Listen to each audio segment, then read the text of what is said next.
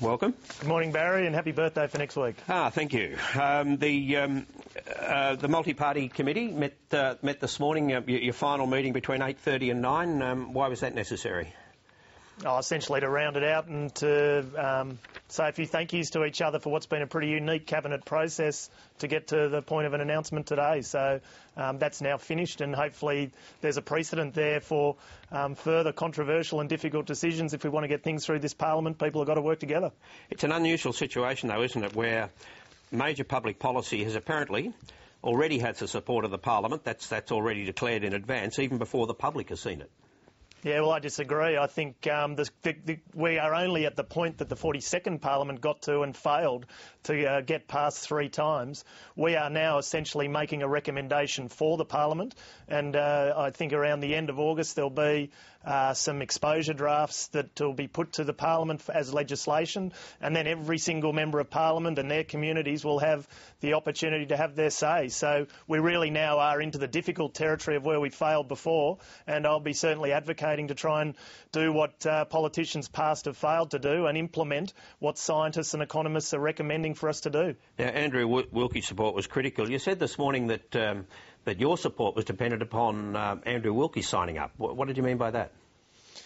Essentially, I can count, and I think the Prime Minister can count, and to her credit, she could see the difficulty of having some members on the crossbenchers involved in this Cabinet subcommittee process, and if we need to get a majority of 76 in the lower house, Andrew Wilkie is obviously a critical part of that, so I was really pleased that both the Prime Minister and Andrew Wilkie recognise the importance of that.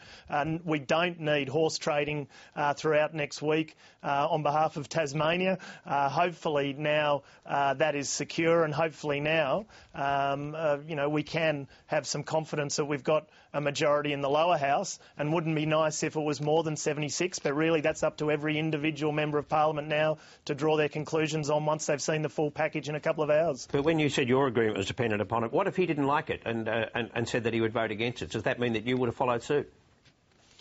I would have kept talking. I think an important part of this is getting it through the Parliament. That is where we've stumbled before, and in a purely pragmatic sense, we are now down to the end of the politicians doing what they haven't been able to do before and following the advice from the scientists and the economists in Australia and delivering.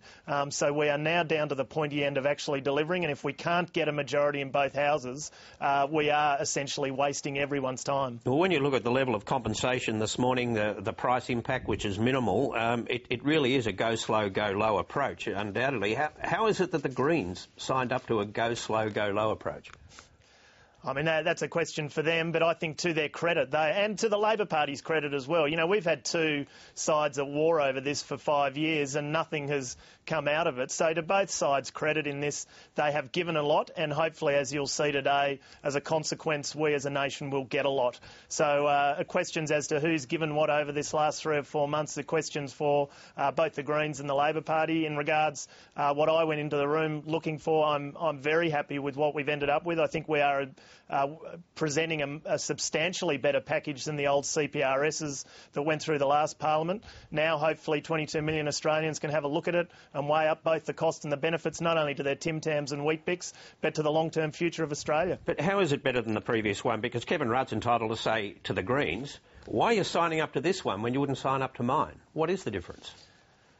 Well, there is some value add in, I think you were dishing on tax reform before. I think, Ken Henry previously has said you've got to buy reform in this country. I think the reform of bringing in a price to drive innovation and get change in sectors like the electricity sector stands alone. But if we've got to buy reform, we're buying long-term productivity gains. And so tax reform's a really sensible and strategic achievement along the way. If we can turn some of the Ross Garnaut work into Ken Henry work, we've done some good work through this process. Likewise, the land sector, which didn't really get a look in before. Australia is a big country and we do value land, and it does have a really, I think, important place in the hearts of many Australians. If we can engage the land sector like we haven't done before, then we've done, again, some good work. And so there is a big difference from the CPRS past, and I think to the credit of both the Labor Party, the Greens and others involved in this process, that's been recognised, and maybe that bit of time of failing in the last Parliament, we're going to turn that into a bit of an an opportunity for a better package. Can you just explain briefly how that works, the rural package on soil, carbon and landscape projects? Oh, essentially, we're about 80-90% of the way there in regards to recognition of degraded lands and opportunities in biological carbon capture and storage.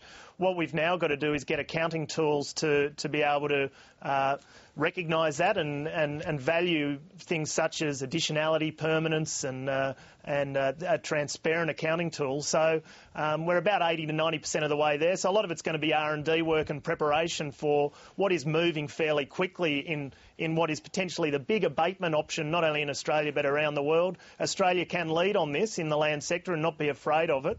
Hopefully what you're going to see today will be a significant step towards achieving that. And Australia is doing soil leadership in the world right now. I think we're trying to now make that a big part of the policy response in the climate response. And does that suggest that farmers can actually make a quid out of this?